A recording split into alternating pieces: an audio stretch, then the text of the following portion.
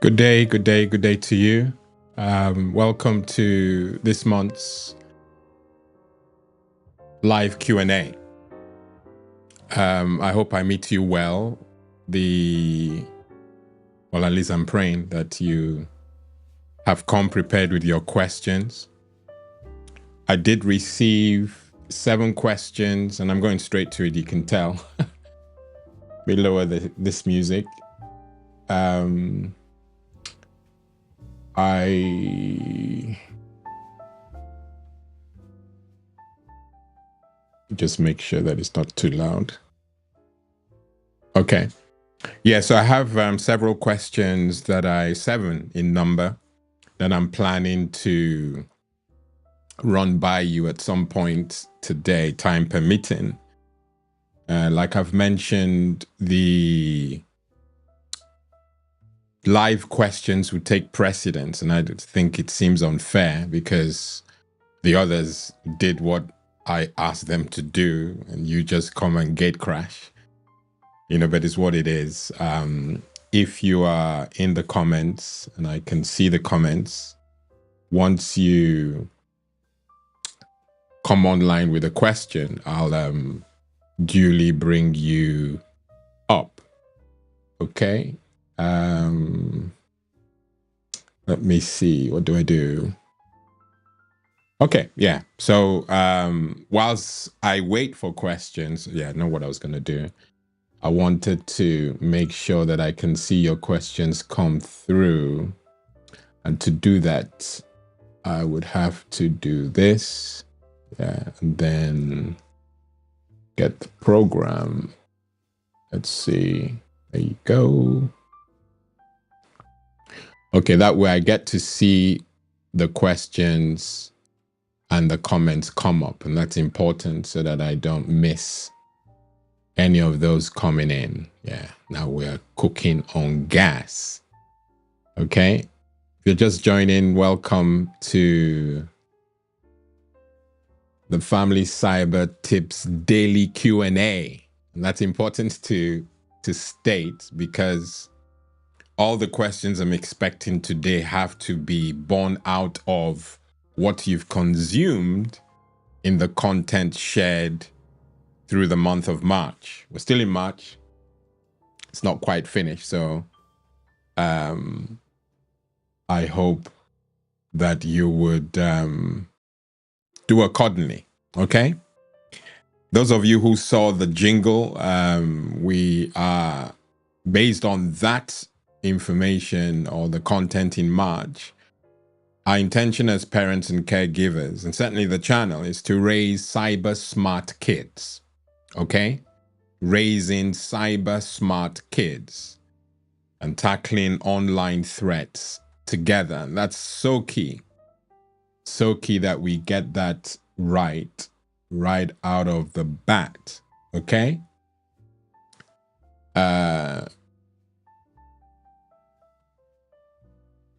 Just looking at the comments, looking at those who are joining. Welcome again, welcome. Before I dive in, okay?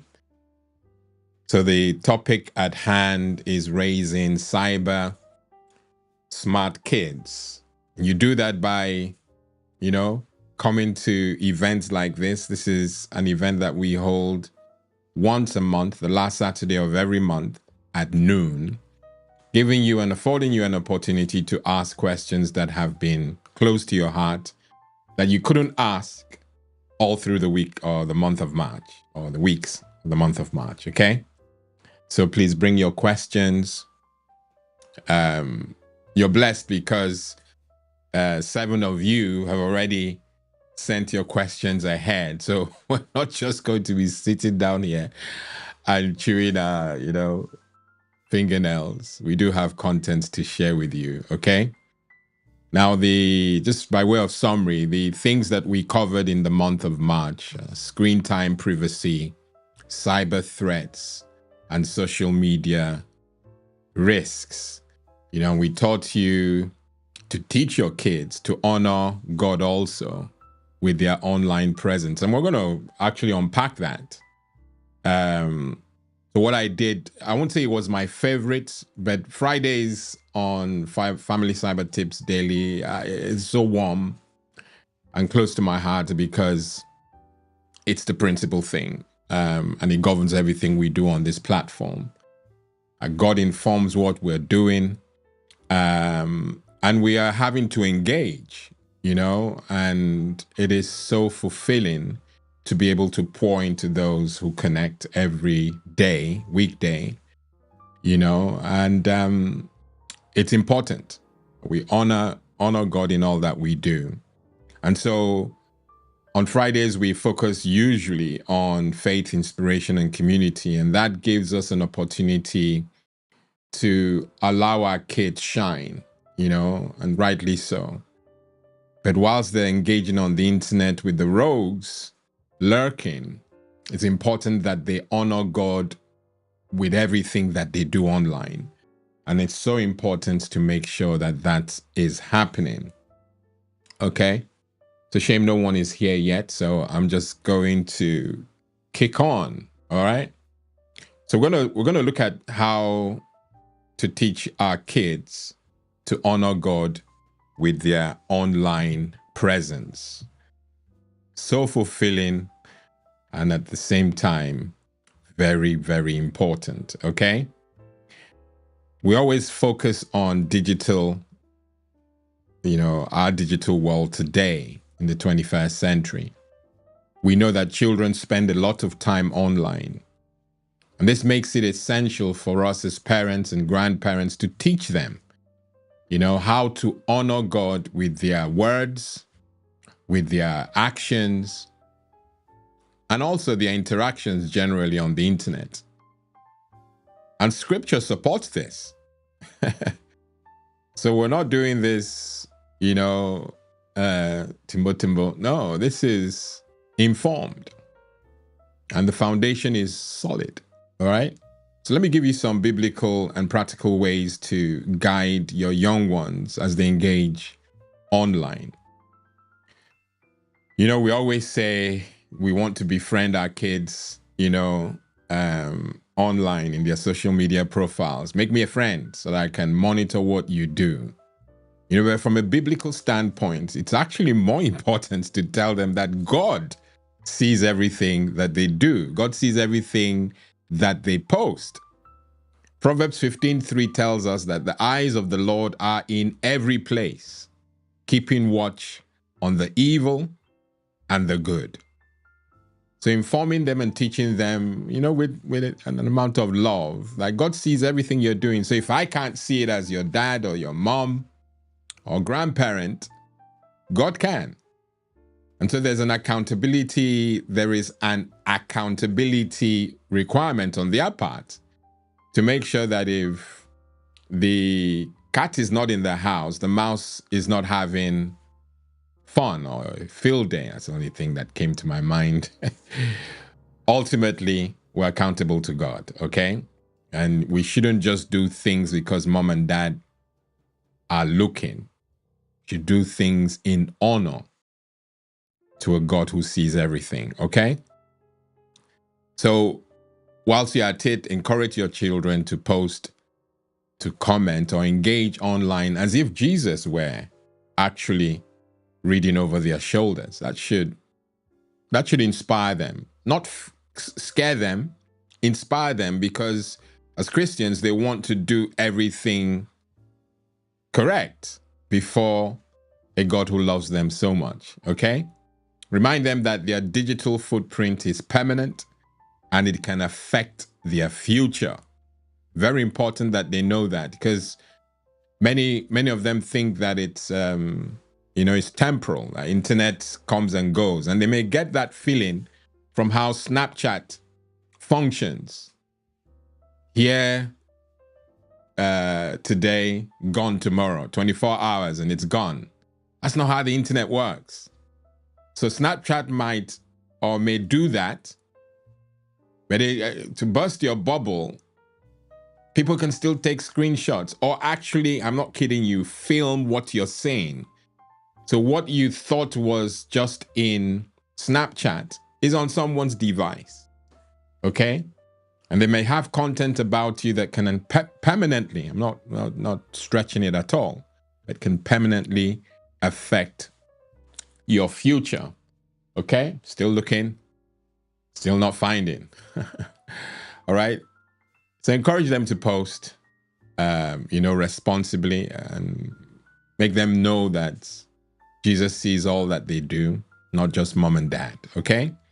Also teach them, like we covered, don't know whether it was, I'm sure it was yesterday. Teach them to speak with kindness. We talked about acts of kindness through technology yesterday. Crucial that they speak with kindness and truth. Okay? Another inspiring scripture that supports that is, let your speech always be gracious, seasoned with salt, so that you may know how you ought to answer each person. Colossians 4, verse 6. It's important that we do this because, like I said, the premise and foundation of this platform is God. Okay?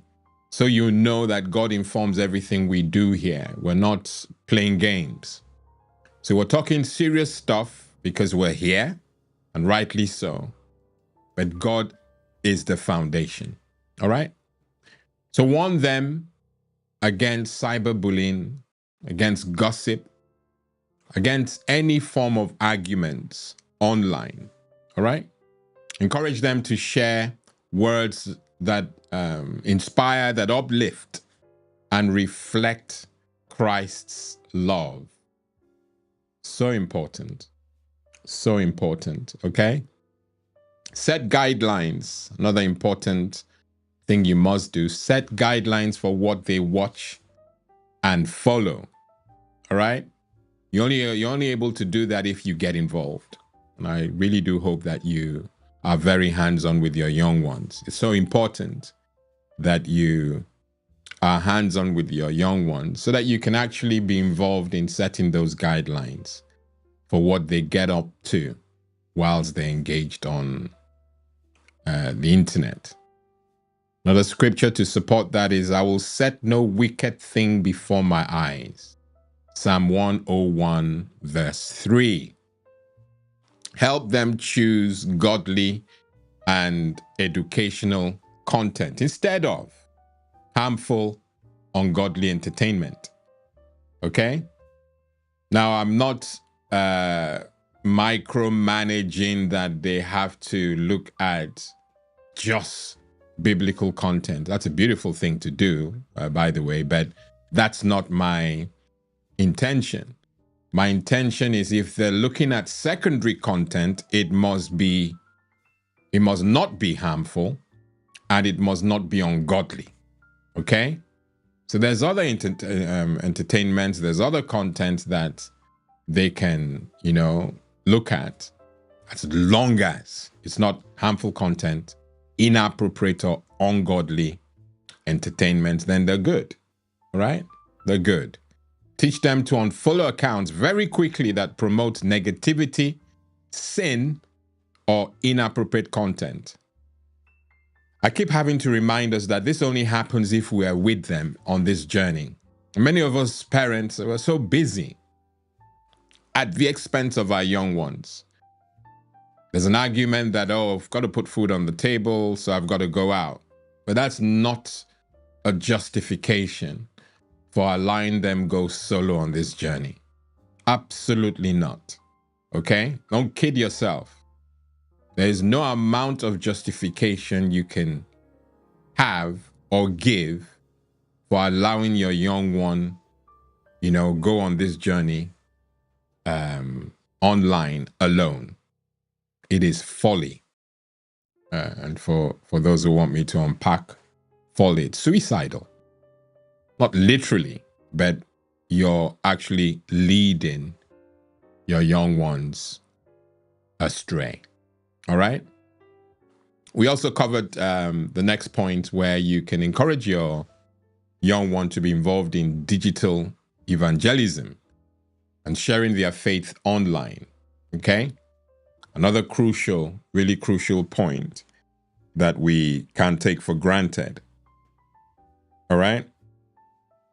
I'm glad that you are with me. Even if you're not, you get to see the archive later on. But if you're just dropping in, we are covering briefly before we answer the questions, and we still have a few more minutes to do that. Well, of course, we're talking about raising smart, internet savvy kids. Really important that we do that. But particularly now, we're focusing on teaching them to honor God with their online presence. And it's so important, it's so easy to do with tech. All right. So we've got to encourage digital evangelism and sharing their faith online. Bible tells us, the Great Commission, go into all the world and preach the gospel to all creation. It's not a suggestion, it is mandatory that all believers go into all the world and preach the gospel, the good news, to all creation. For reference, apart from the Matthew 28:19-20, you have Mark 16:15. All right? Please do that. Usher them, shade them to have this firmly in their mind that they can, share their faith online through digital evangelism. And you, as the parent and caregiver, you show them how they can share encouraging Bible verses, testimonies, and Christian values online. Encourage them to engage in uplifting conversations that point others to Christ. We're talking about digital evangelism, all right? Another area to help your kids honor God with their online presence will be to teach them to guard their hearts and minds. Very, very important, okay? Bible says, above all else, guard your heart, for everything you do flows from it. Proverbs 4, verse 23. Warn them about the dangers of excessive screen time, inappropriate content, and unhealthy online relationships. You and I must, okay? You and I must help them develop a habit of taking digital breaks, to have a down low, have a pit stop, to focus on prayer, Bible study, and real life interactions.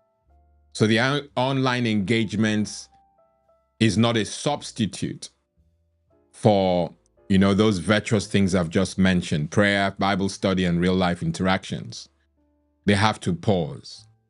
They have to approach all this with the mindset that the other things, prayer, Bible study, and real life interactions, are priority, and they take first place or prime place, okay? Modeling Christ-like behavior online is so cool. I know in our world, sharing our faith and showing that we're Christians is not too cool, and that's such a tragedy. But it's so cool to be a Christian. It's so cool with sincerity to be able to say, I don't drink, I don't smoke because I love God and I want to protect my temple or his temple. He lives in me. To be able to do that and not apologize is a beautiful thing, okay? It's not something to be ashamed of. We certainly don't want God to be ashamed of us if we are ashamed of the gospel, okay? Bible says, follow my example as I follow the example of Christ. 1 Corinthians 11:1. No brainer. No brainer, people. Okay? So as the parent, as the caregiver, you should set an example by being mindful of what they post and share. Discuss real-life online situations with them and guide them on how to respond biblically. As a term I picked up years ago, holy wedge, where you're always doing things holy, you know. Anybody ask you a question, you throw a biblical or a Christian answer at them, and they say, you are a holy wedge, you are holier than thou. And they put you in a position or put you in a box where you find yourself apologizing for being you. For being a Christian, you have to apologize. I know that why you always bring in the Bible, because that's what I'm about. That's all I know. So we are training them not to apologize for their persuasion, for their reality. Okay? It's not supposed to be a put off. That's just who I am. I'm the same Lawrence, but I'm a Christian. And having to do that boldly is a beautiful thing. It's not something to be ashamed of. So guide them, guide your kids. Speaking to parents and speaking to caregivers, guide your kids, you know, on how to respond to every life situation biblically. The Bible must inform everything you do or they do and say. Amen. All right, so the last area before we go into questions, gone 1 minute over the introduction. With honoring God, we're on the bit of honoring God, our kids, honoring God with their online presence. And the last point is to pray for and with them about their online choices. This only happens if we are involved, we're hands-on, and we're on this journey with them together. Bible says, in all your ways, acknowledge him, and he will direct your paths. Okay? Proverbs chapter 3, verse 6. So encourage your young ones, you know, to daily pray for wisdom and self-control in their digital interactions. Don't let them pray solo, pray together. And whilst you do so, you're asking God to guide their online presence to reflect his glory, okay? His agenda. Hallelujah. Okay, so that is not a church service because I was just answering that question, or at least addressing that area. Let's move to the questions that we have for the month. Okay, so this month was a beautiful month because we're still in March, and we covered a lot of things, you know, covered a lot of things. And I absolutely want you to, you know, gain. I don't want you to miss out on what exactly we achieved. Let me see if I can. You can still hear me? Yes, you can. Let me mute this and this. Okay. Yeah, I just want to see if I can do something. Let's see.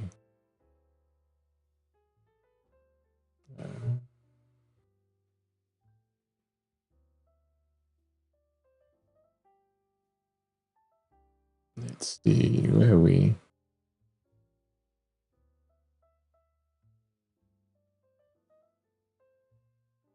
I'm just making sure that we are on the same page. So please forgive me.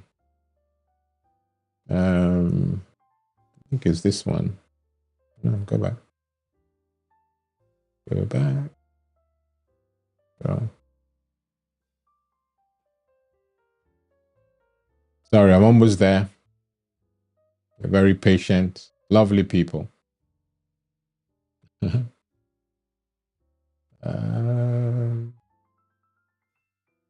Okay, well, it's not showing, and I'm not sure why, but hey, what it is. Okay, so the questions, we have 7 questions. I mentioned we did have 7, so we're just going to go into them right now.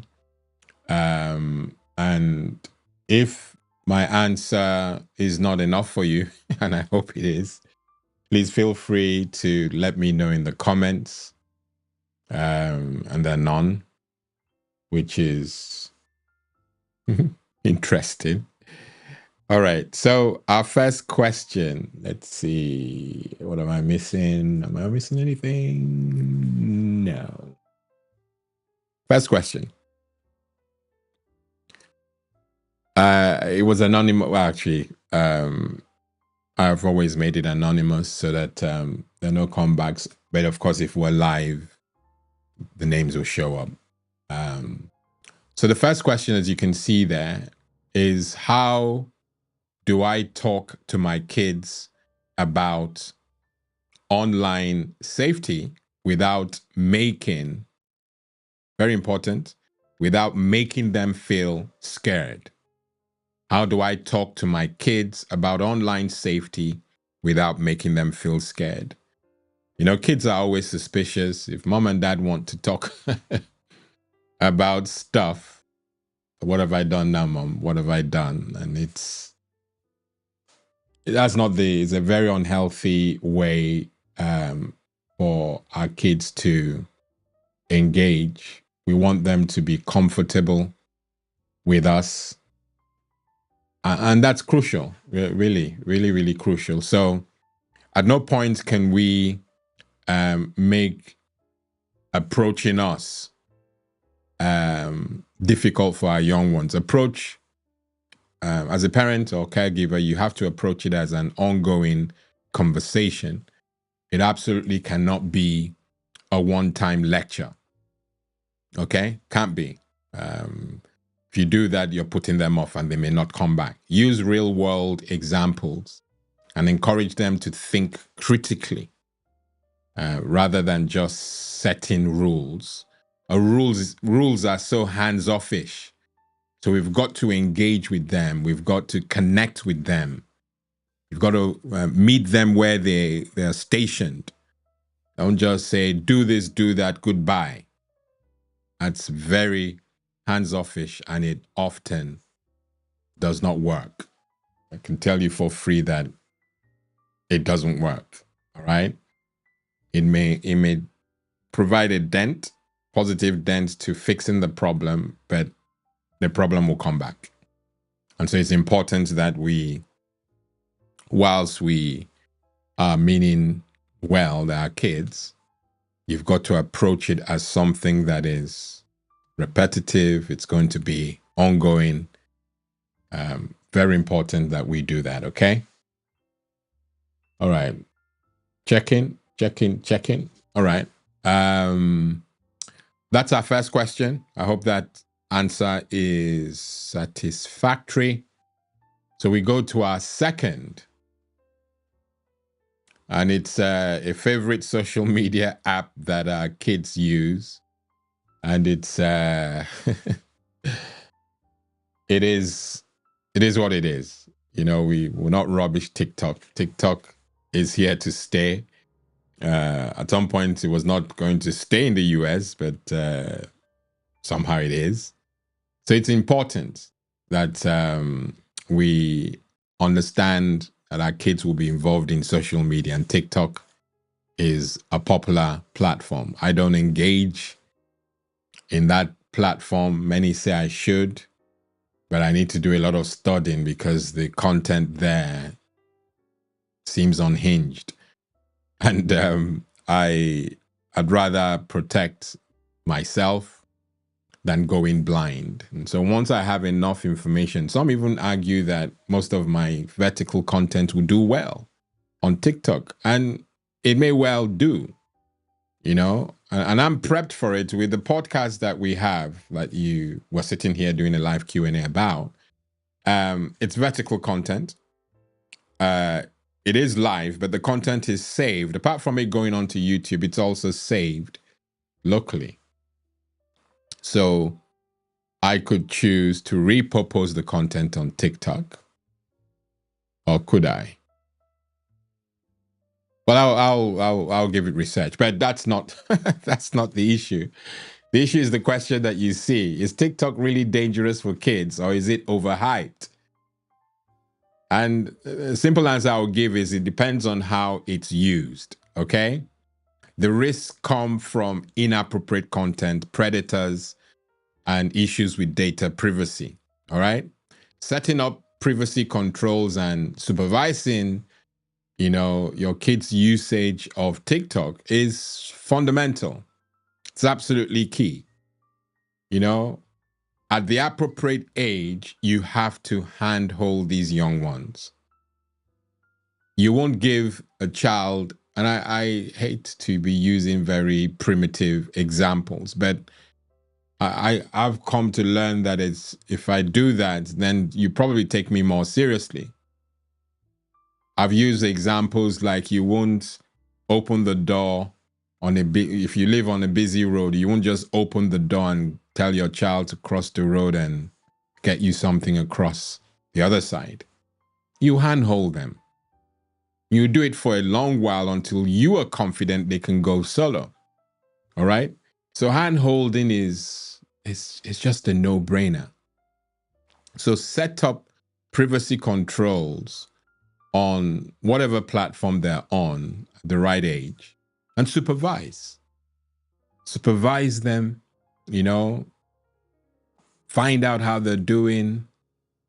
The open door policy will help maintain the fact that there's always a way out. So if the child gets overindulged or is exposed to inappropriate content, they can rush back to you and say, Mom, see what I've seen, Dad, see what I've seen, and they'll feel comfortable knowing that they will not be judged. All right? And that will apply to TikTok. So is it really dangerous for kids? Unsupervised kids? Absolutely. Informed kids? Not so, not quite so. All right? So I'm not saying those risks don't exist because you're hand-holding them, but there is definitely a mitigation with you involved. And so it's important that we are involved and that we're engaged with our young ones. And we shouldn't apologize for it at all. Okay? Let's see. What can I do? Is there something?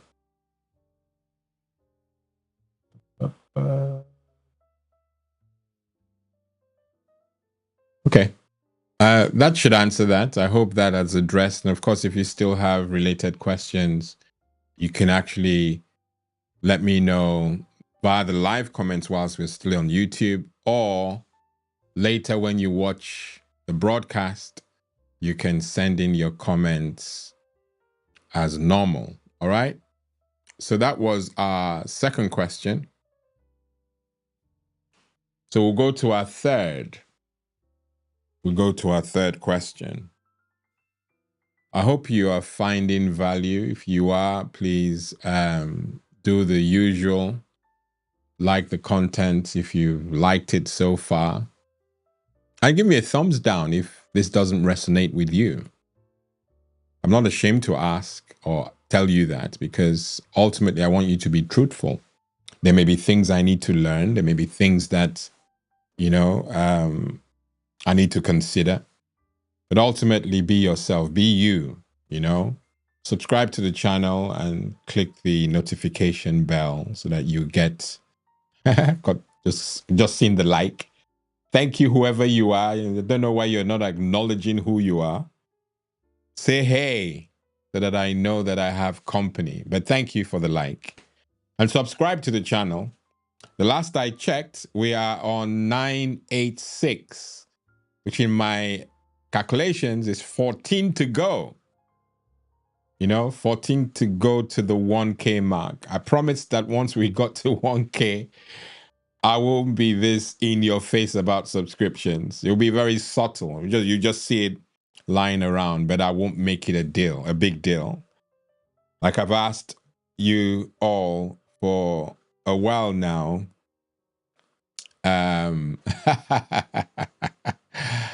Hello and thank you, my super fan. You're the best. Absolutely the best. Okay. Yeah, I was saying that once we get to the 1K, I'll tone it down. I won't be asking you to subscribe anymore. Of course, I can't tell my supervisor to subscribe because she is subscribed. Um, but do what she has done for this whole time. The support has been crucial. It's been super. And you support the channel also in your own way by subscriptions and sharing the content with friends and family because this is virtuous information. Okay? All right, so we go to question 3. And you can see that it's what's the best way to set screen time limits that my kids won't fight over. We shared in one of the podcasts, we talked about tantrums. How do you engage your kids so that they don't throw tantrums when you make decisions about digital, what we do in this house and all that. And so we're seeing a question, a related question. What's the best way to set screen time limits that my kids won't fight over? Okay? It's crucial that whilst on this journey that the kids are, tuned in, connected. And the one way I have found consistently that will help them, that will get them enthused and engaged, is by involving them in the decision making. Pull them in and make them a part of the decisions you're rolling out. Okay? The old school way has a place, or I'm bold enough to say had in past. It had a place. It doesn't work wholesale anymore. So we've got to involve them in the decision making. You set agreed upon family technology rules. Okay? Replace screen time with engaging offline activities. It's not one or the other. Because our kids, they're so engaged and they need to be extended. They need to be, they need to let it out. You can't bottle what they carry. And so if you have found that they're binging so much on, screen time and all that, you can't just come in and roll out a rule. No phones in this house. The internet goes off at noon and stays off till the next day. I hope there's no parents who do that, myself included. So you punish them and include yourself in the punishments and think that that's going to work. Oh, because you are not on the internet, they will understand that they have no case. No, doesn't work because they have school homework, they have deadlines, they have things that the school, especially the young ones, are putting pressure on them to do, and you just do make those. No, it doesn't work. Okay, so please involve them in the decision making, and if you're rolling out wholesale do not do, or you want to replace screen time, you must replace it with engaging offline activities. And don't just tell them, you've got to do it. I'm not doing it. You've got to be a role model. Okay? You have to be a role model. It's not do, I always mess this up. You just have to roll it out and make sure that they're involved in those decisions. Okay? What's the time? It's 22 minutes to go. Still nothing. Let's see. Okay, well, still nothing there. Let me see if there's still stuff that I can do.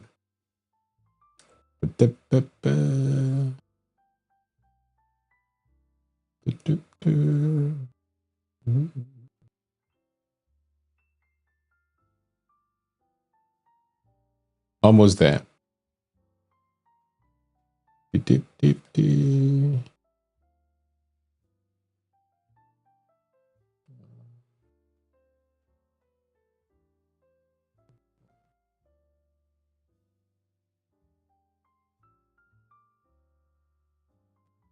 No.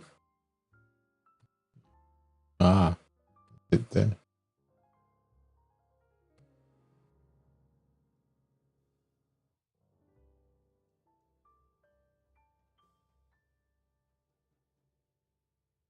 Okay, let's see.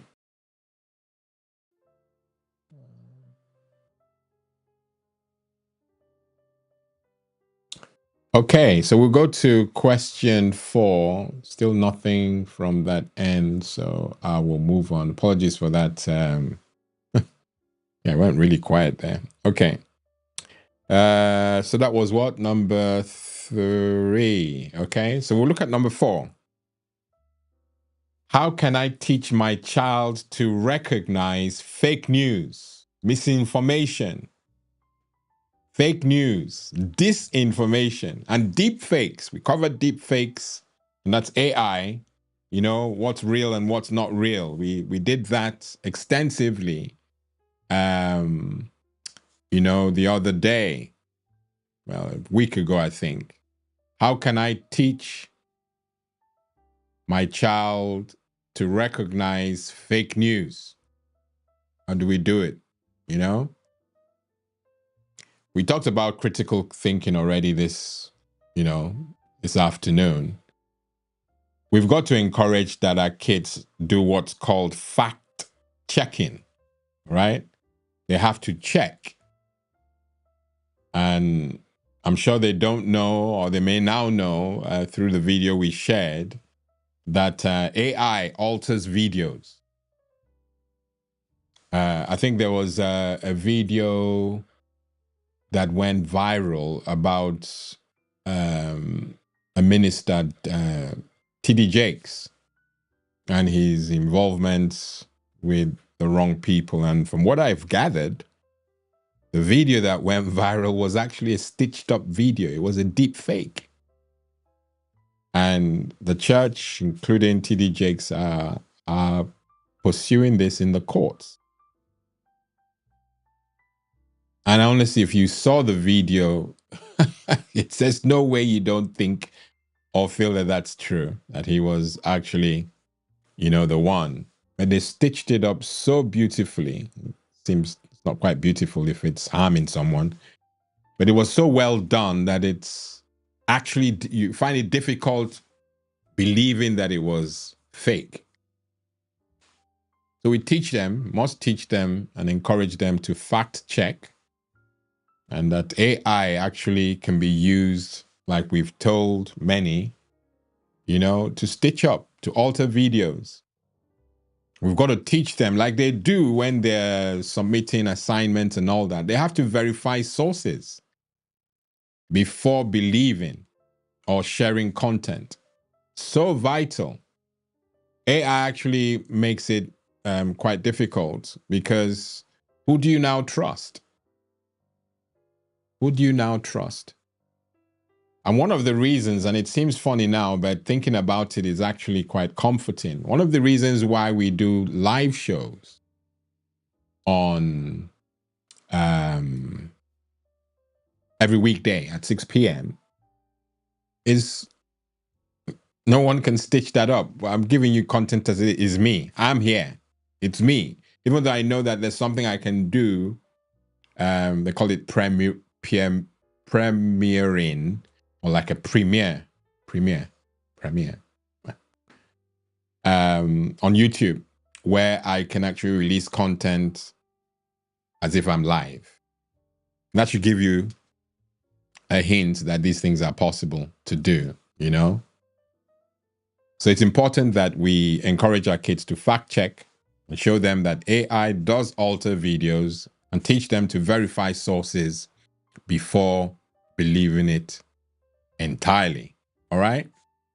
So that's our 4th, and we whisk down to the 5th. And the 5th, is it okay for my kids to use AI-powered tools for homework? This has become an issue. In fact, I know for a fact that schools, academies now have policies in place on AI content, and rightly so. There's no point just making up the rules as you go. So the question is it okay for your kids to use AI tools for homework? Simple answer is yes, with a caveat, as long as they use them ethically. Okay? AI tools can be great for learning, but kids should avoid over relying on them and focus on developing critical thinking skills. I know that the older folks are so excited about Office 365 Copilot, which is obviously AI, and the value that it adds to the work that they produce. And we welcome it. We celebrate Copilots from Microsoft. But don't get into the habit of over relying on them. Because, like we've mentioned, over relying on them will cause your kids, and indeed you, to stunt your critical thinking skills, which make you. All right? If you over depend on AI, you get into situations where, if let's just assume, just humor me, that the Copilot tool is not available on a particular day and you have a meeting in 10 minutes, or to be fair, 30 minutes. What do you do if you were over relying on it? You'll be lost. And then you'll be, making it up, winging it. And so be you. If anything, one advice that I know I've given recently is let it make what you provide better. So you bring something to the table and it will tidy it up for you. And like an outline, for example. But you must always feed it with something. So you feed AI with how you're thinking and ask it to help you guide the direction. And it's only guiding the direction based on information that it gets from somewhere else. God forbid that we'll depend on it to make critical decisions for us. Because as we know, there's a term, hallucination. AI can get it right or wrong. It is not perfect. Moving along, all right? So the answer to the person who presented this question is yes, as long as they use it, carefully and ethically. AI is what it is. It's a super, it's a beautiful introduction to our world, and we welcome it, but we must not over rely on it. Okay? All right. So we will go to our sixth question. There's one more after this, so not long to go now. And the question is, how can technology be used to strengthen faith in my family? Mostly Fridays, we talk about tech and faith and the marriage between the two. And we've shared enough apps with you. And so I'm not afraid to recommend that you use Bible apps. And I say Bible apps because fundamentally, the Bible must inform and strengthen your faith, in your family. Other bits are resources, they're add-ons. They can't be the go-to. You start with the Bible and then plug every other thing in.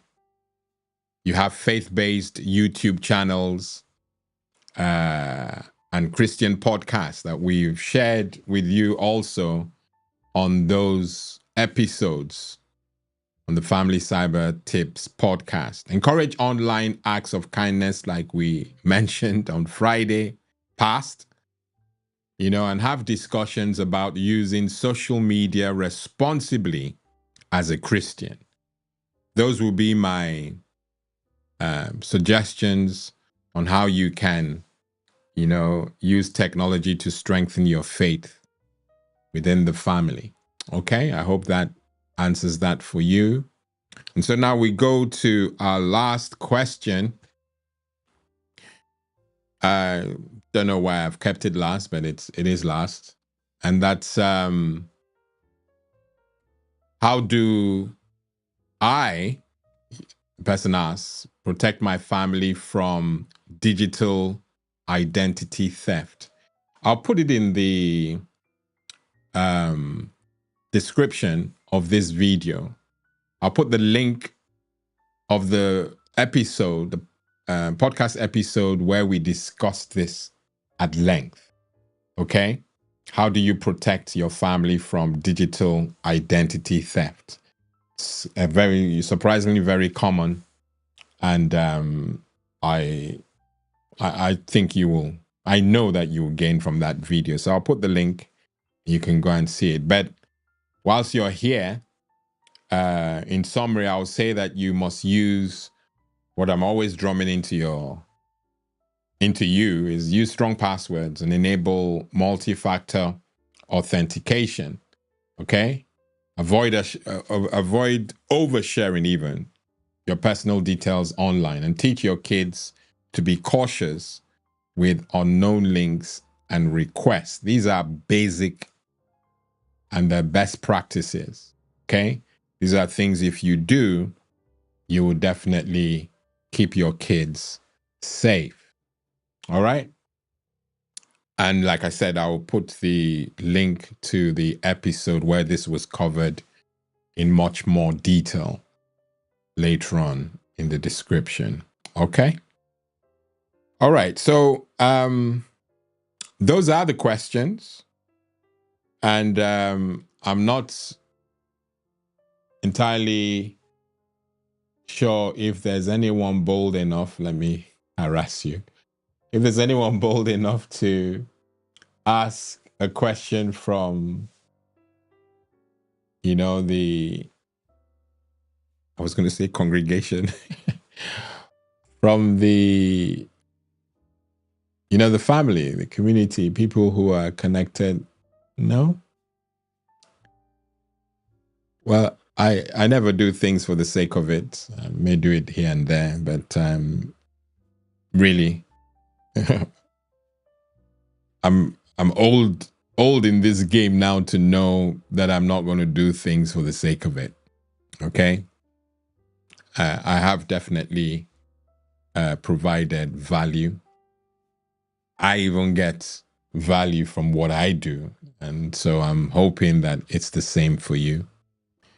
Now, beyond our live Q&A, which we hold every last Saturday at noon of every month, you still have ways to send questions. So we don't have to wait to the end of the month to do this.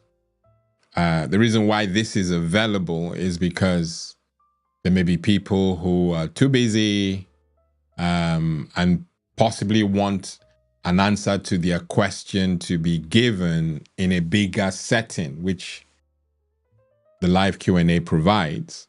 And it will allow everybody or any other parent or caregiver to benefit from the answer. And I get that, and I appreciate that. And so there's a place for the live Q&A. But all through the month, you still have opportunities to submit your questions via YouTube comments, Facebook comments, because we stream this to YouTube every weekday. YouTube, Facebook, and LinkedIn. And they're all done, it's all done vertically. So you don't have to, have your phone in landscape. You're holding it in a natural position. And that was intentional so that you will get to consume this content and get to engage with other people like yourself. Okay? So you can submit questions like I've mentioned via YouTube, Facebook. At the moment, you can't do it via LinkedIn. They're getting their act together, or maybe not, but you can't. Another way that you can submit questions will be going to the website. The moment you go to the Family Cyber Clinic website, bottom right, you will see a WhatsApp button. The WhatsApp button, You click it, it will open up on your WhatsApp on the phone, and you can send any question. It's so easy and simple. I actually thought that when I enabled it a few years ago, I thought I'll be spammed, with lots and lots and lots of questions. And for my sanity, I've said that perhaps the reason why it's not being used is because you don't know. So I'm telling you again, you can submit your questions by going to the website www.familycyberclinic.com. And when the site opens up, bottom right, you'll see a WhatsApp button. Don't know where it could be, bottom, top right, or bottom. I know it's bottom, but depending on the size of your page, it may be halfway or whatever. But ultimately, it's there on the right-hand side. Click on it. It will open up a chat in your WhatsApp, and you can ask your question. And imagine as you dump the question in there, it comes straight to me. Okay? And I'll answer speedily. So please use those ways to connect with the platform. If you're just joining, we made enough noise about subscriptions. The channel subscriptions have suddenly is now going in the right direction. All thanks to you. Of course, I thank my God first. And thank you. And we are aiming to get to 1K. And I promised the whole family that the moment we get to 1K, I will not be in your face about subscriptions anymore. All I would do is just put it in the comments or description, the website. You do have to subscribe, no doubt, but I just won't be in your face. I'll just want engagement, okay? And full disclosure, all this helps the channel one to get onto the partner program, which allows us self-fund. So I'm not coming to you with what I call cum when I have a need. The channel will self-fund and we'll just carry on. And of course, it also helps YouTube put this information or this content in front of people who need it and deserve it. Okay? So please forgive me if I'm always doing it. Like I said, I'm not going to do it as much or at all. Certainly on the subscription front. The one that I'll continue is you sharing. Forgive me if I've been repetitive. Okay, folks. It's been a blast. Always is lovely to be able to pour into you. I pray that with all the content that has been shared today, that you are able to run this race or go on this journey with your young ones. It's so vital that we're hand-holding our kids where appropriate. Okay? You can't handhold an 18-year-old. Well, I hope not. Because they're adults in their own right. But you can handhold under 10s. You can handhold, kids who are not teens. You can handhold teenagers if they're vulnerable, if they're not, up to it. You handhold them, and as the parent, you would know when they're ready. And you release or loosen the restrictions and allow them soar like eagles. Okay? I'm so grateful for your company this wonderful afternoon. I pray for a fruitful weekend, a refreshing weekend for you and your family. And we'll see you again on Monday, where it all starts over again. We start, I believe Monday is the 31st, so we're not quite in April. Let me confirm that. Monday is... Yeah, Monday is the 31st of March, so we're not quite in April, but I'll see you in April by God's grace, but we'll see you on the 31st of March, Monday at 6 p.m. Okay, I've been your host, Lawrence Edem. Until then, God bless and goodbye.